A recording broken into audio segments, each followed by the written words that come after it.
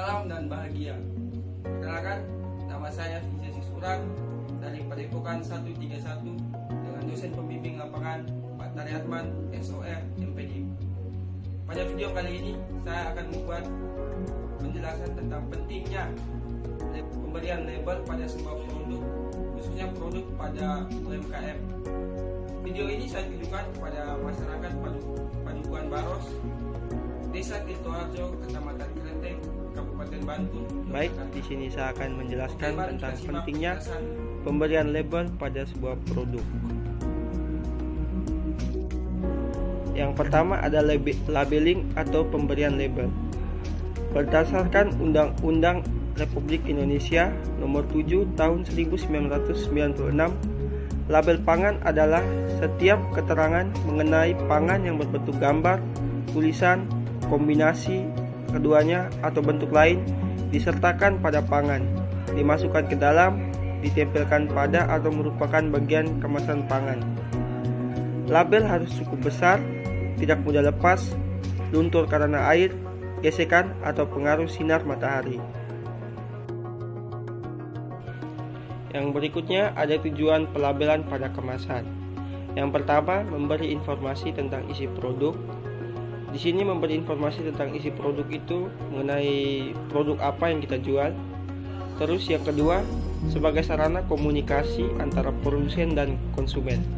Jadi di pelabelan ini produsen dapat memberikan informasi sehingga para konsumen bisa mengetahui informasi yang ada pada label tersebut. Yang ketiga, memberi petunjuk yang tepat, misalnya petunjuk penggunaan atau yang lainnya. Yang keempat, sarana periklanan, dan yang kelima itu memberi rasa aman. Berikutnya, pada label kemasan, khususnya untuk makanan dan minuman, sekurang-kurangnya dicantumkan hal-hal berikut berdasarkan Undang-Undang RI Nomor 7 Tahun 1996 tentang pangan. Yang pertama, ada nama produk. Yang kedua, ada daftar bahan yang digunakan. Yang ketiga, berat bersih atau isi bersih.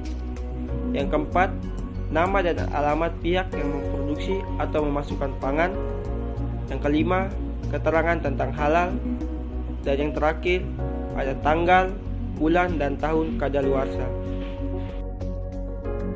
Berikutnya ada best before date, yang artinya produk masih dalam kondisi baik dan dapat dikonsumsi untuk beberapa saat setelah tanggal yang tercantum terlewati atau setelah melewati tanggal kadaluarsa.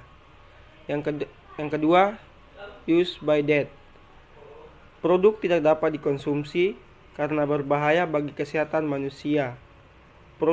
Misalnya ini produk yang sangat mudah rusak oleh mikroba setelah tanggal yang tercantum terlewati atau melewati tanggal kadaluarsa. Berikutnya, ada keterangan-keterangan lain yang dapat dicantumkan pada label kemasan. Yang pertama, nomor pendaftaran. Yang kedua, kode produksi serta petunjuk atau cara penggunaan. Yang ketiga, petunjuk atau cara penyimpanan. Dan yang terakhir, ada nilai gizi serta tulisan atau pernyataan khusus. Berikutnya, gambar atau logo pada label tidak boleh menyesatkan dalam hal asal, isi, bentuk, komposisi, ukuran, atau warna. Misalnya, gambar buah tidak boleh dicantumkan bila produk pangan tersebut hanya mengandung perisa buah. Yang kedua, gambar jamur utuh tidak boleh untuk menggambarkan potongan jamur.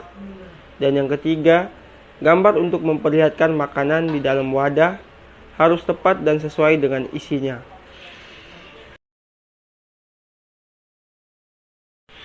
Sekian video penjelasan dari saya tentang pentingnya pemberian label pada sebuah produk. Tetap jalankan protokol kesehatan 5M agar terhindar dari COVID-19. Terima kasih, salam dan bahagia.